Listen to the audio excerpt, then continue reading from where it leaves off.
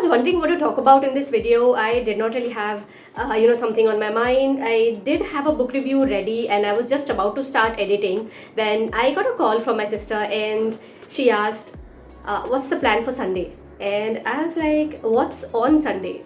And she said, it's Mother's Day, you idiot. I was like, okay, there it is. So I found my topic.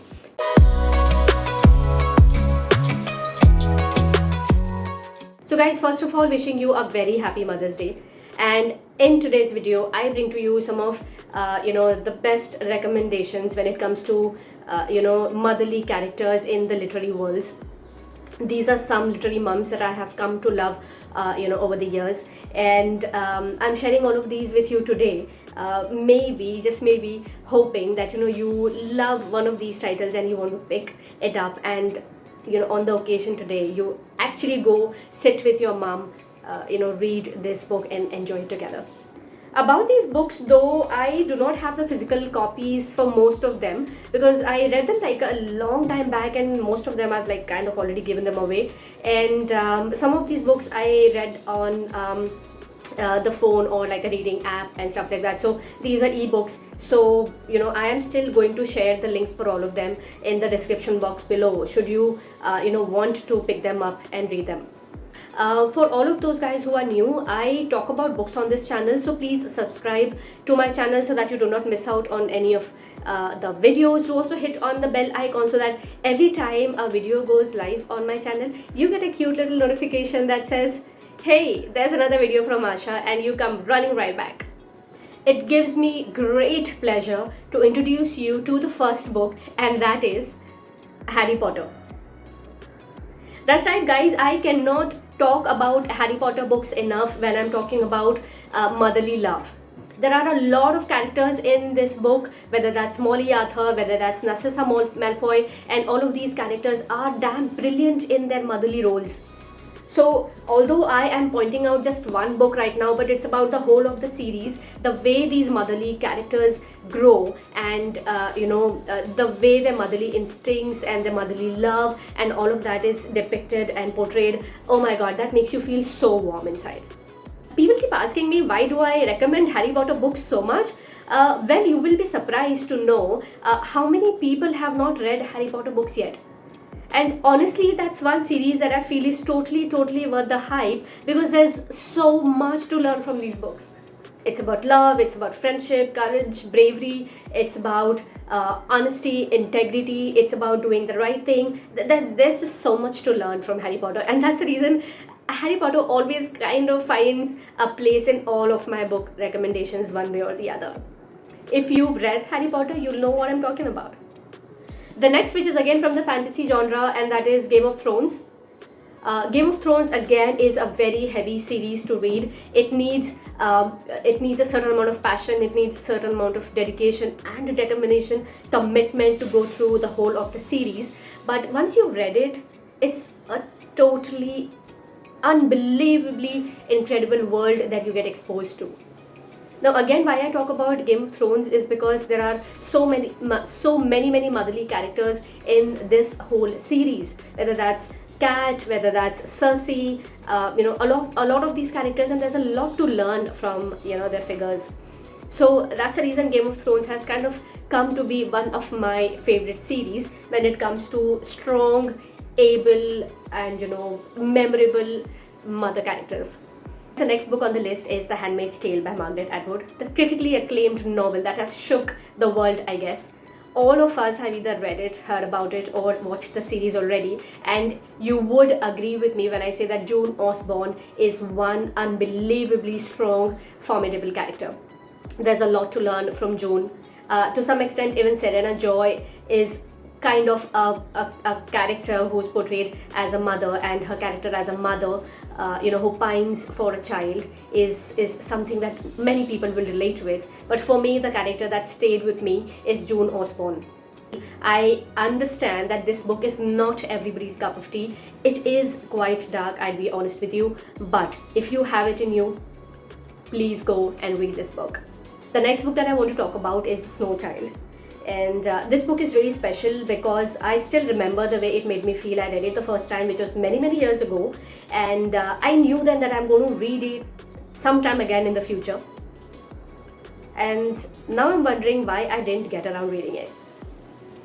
Anyway, this story is the story of Jack and Mabel, a couple who's moved into the frozen regions of Alaska. Now, this couple can't have a child of their own, and obviously the relationship is very, very strained. It's a difficult life out in Alaska, and one particular night when it snowed really hard, what this couple does is they go out and in their yard, they make a snow child. When they wake up in the morning, the snow child is not there anymore.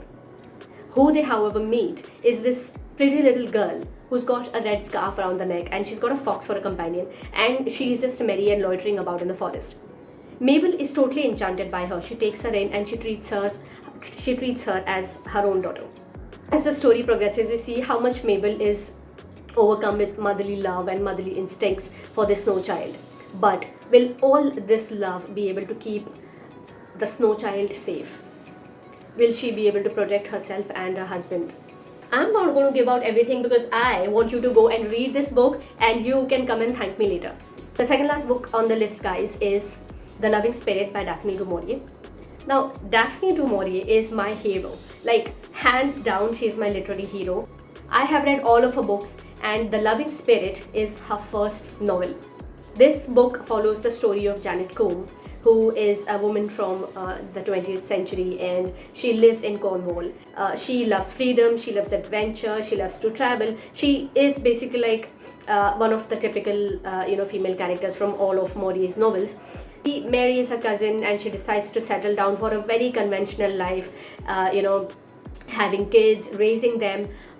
This book takes us through several generations of Janet Combe's life and how she inspires her kids and then her grandkids, and how life comes a full circle when finally one of her granddaughters is quite successful in her own dream and passion and stuff like that. So this is a very heartwarming book. It fills you with a lot of hope, with a lot of love for Janet Combe, and I think it also epitomizes the fact that mothers are known for sacrifices. Mothers would in an instant just drop all their dreams, and they would forget what their desires are, and they would go and do what's best for their kids. And that's what this book symbolizes. And the last book on my list today is Rome by Emma Donoghue. This book I think is epic. It's a literary epic in all senses of the word.